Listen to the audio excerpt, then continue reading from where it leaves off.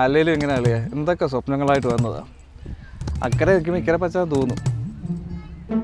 നീ പറഞ്ഞത് ശരിയാണ്. അക്കരെ നിൽക്കുമ്പം ഇക്കരെ പച്ച.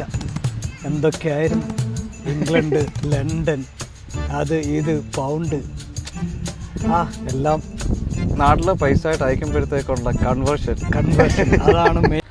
UK-ലെ ഒരു പൗണ്ട് നമ്മുടെ നാട്ടിലെ എത്ര? 123. അപ്പോൾ 2000 രൂപ കിട്ടിക്കഴിഞ്ഞാൽ ഏതാണ്ട് 2.5 ലക്ഷം രൂപ. പൊളിയല്ലേ? 2000 പൗണ്ട്.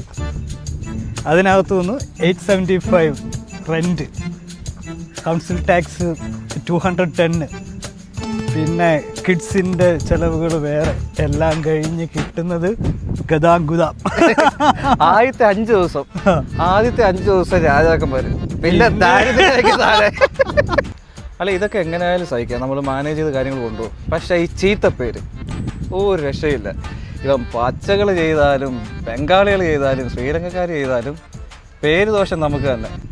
അതെങ്ങനെയാടാ നമുക്ക് മാത്രം പേരുദോഷം വരുന്നത്? നമ്മുടെ തൊലിയുടെ നിറം കണ്ടില്ലേ?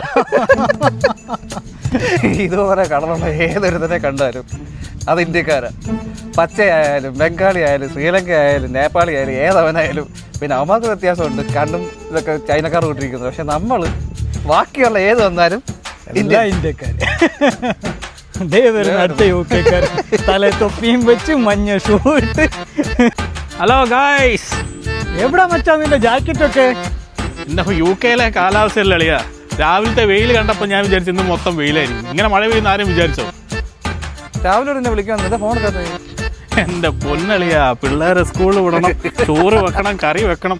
UK-ക്കാർ